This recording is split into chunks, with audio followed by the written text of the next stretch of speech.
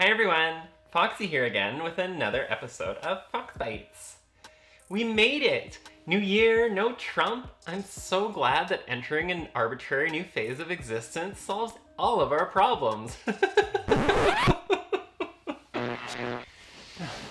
Okay, I'm okay. Everything is fine. Hi everyone, it's FoxxC here again with another episode of Fox Bites. You might have noticed that I'm in some new surroundings, again.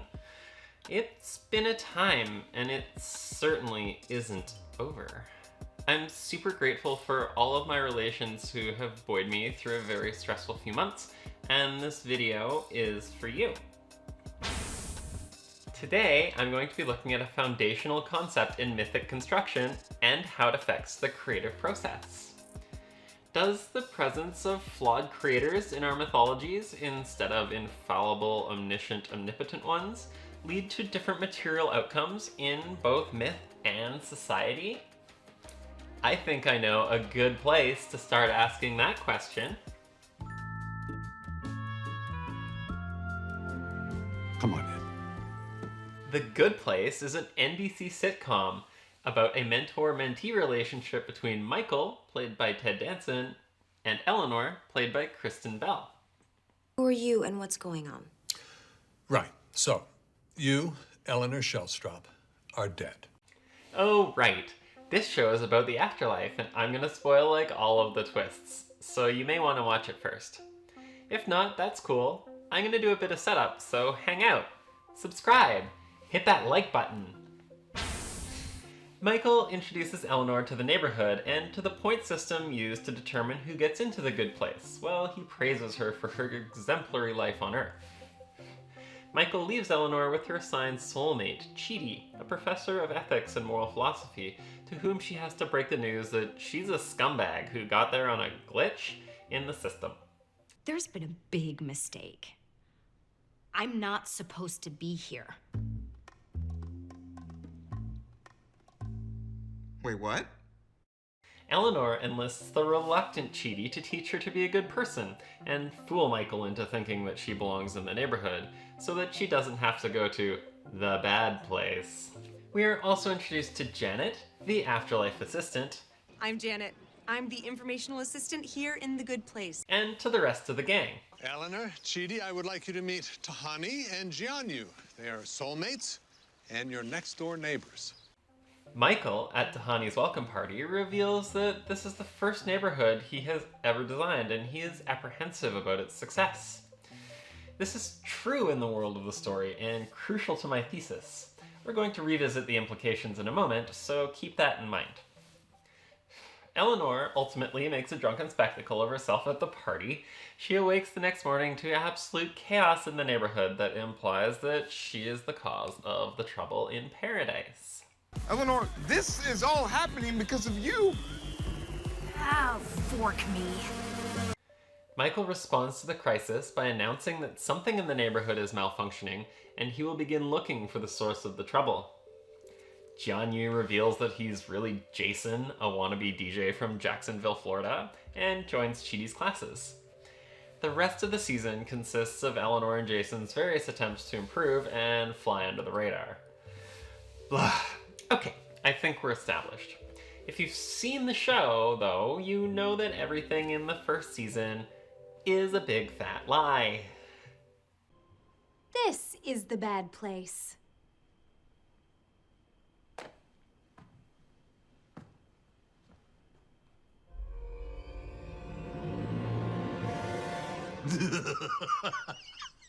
Oh, man. I can't believe you figured it out. A divine comedy. As much as The Good Place tries to be as agnostic as possible towards specific religions, it definitely falls pretty close to the traditional Christian understanding of the afterlife, and many of the jokes riff off of this fact. I have a question. Okay. What is the bad place like? Oh, sorry. That is the one topic I'm not allowed to tell you about. I can only play you a brief audio clip of what is happening there right now. Okay.